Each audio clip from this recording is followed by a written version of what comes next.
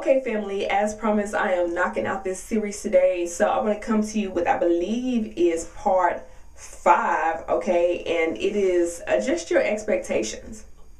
And let me tell you, I talked about this a little bit before in another one of the videos, but it is not necessarily greener on this side of the fence. And let me say this, and that's no pun intended with the background in my sweater. But let me say this, right?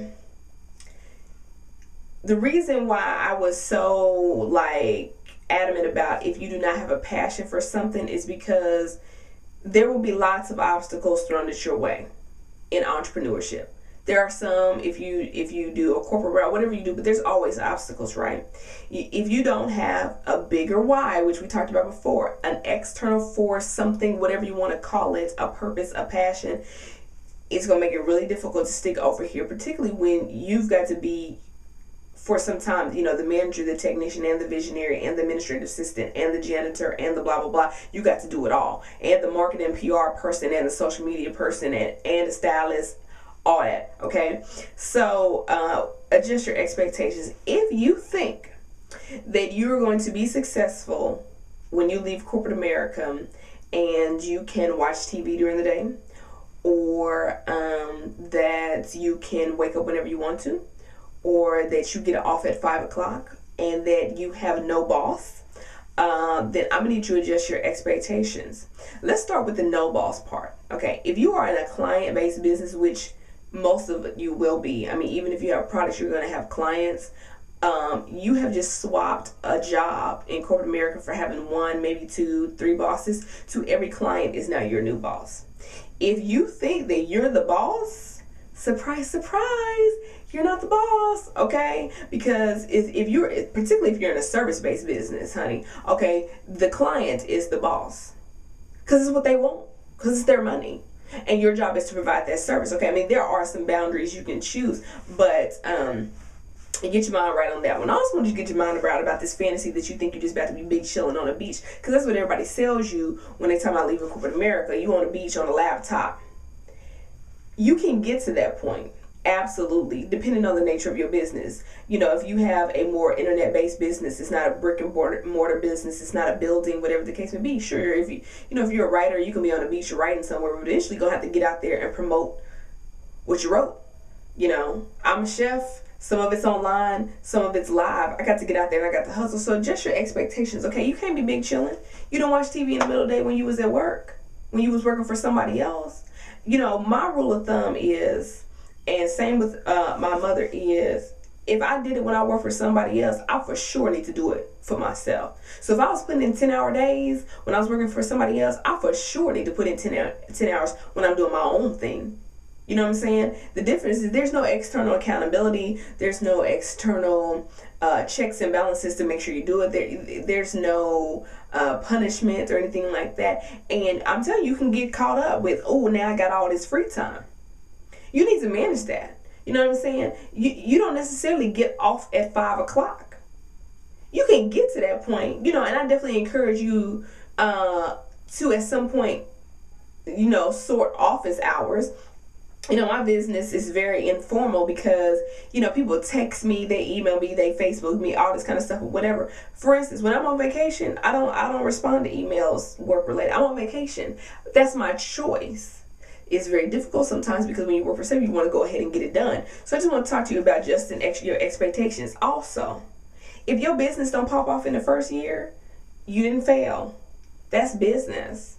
If you don't turn a profit, if you think you're just about to be rolling in the dough because you know how to do it and you know everybody that's everybody and blah, blah, blah,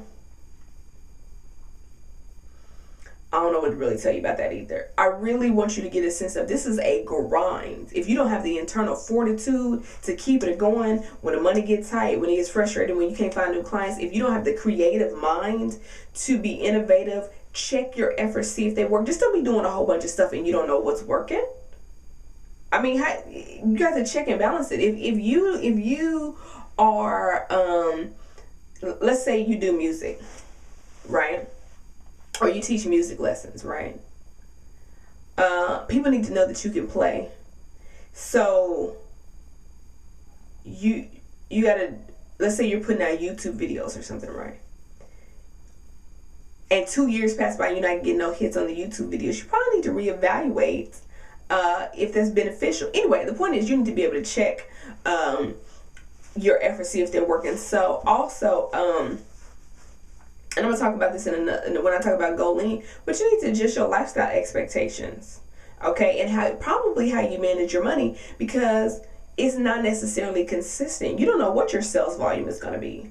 So you need to know how to maintain and adjust your expectations of, I'm be working for myself, I'm be big paid right off the bat. Yep, it's gonna be easy. Yep, I can do it. I know everybody that can use it, because everybody that could use your product or wants your product or whatever the case may be, don't mean they ain't gonna buy it. So anyway, I've been talking really fast. Y'all know how I do. But I really want you to adjust your expectations of your lifestyle.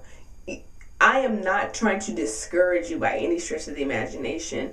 You can get there eventually, but I don't want you to look at 3 months and think, oh my gosh, why is nothing happening?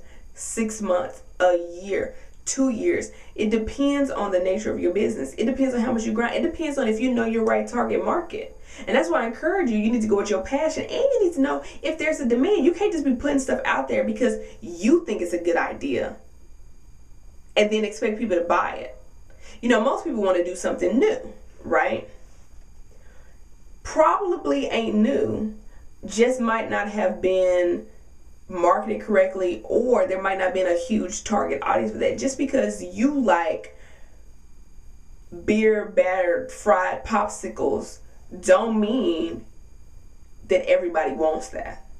To my foodie people, you can't just have a menu of just your favorite dishes. That doesn't work. Okay? So anyway, adjust your expectations, get your mind right. The expectation is to grind for a while and then grind some more. And when you're done with that grind again. That's just the nature of the business. It's called entrepreneurship, baby.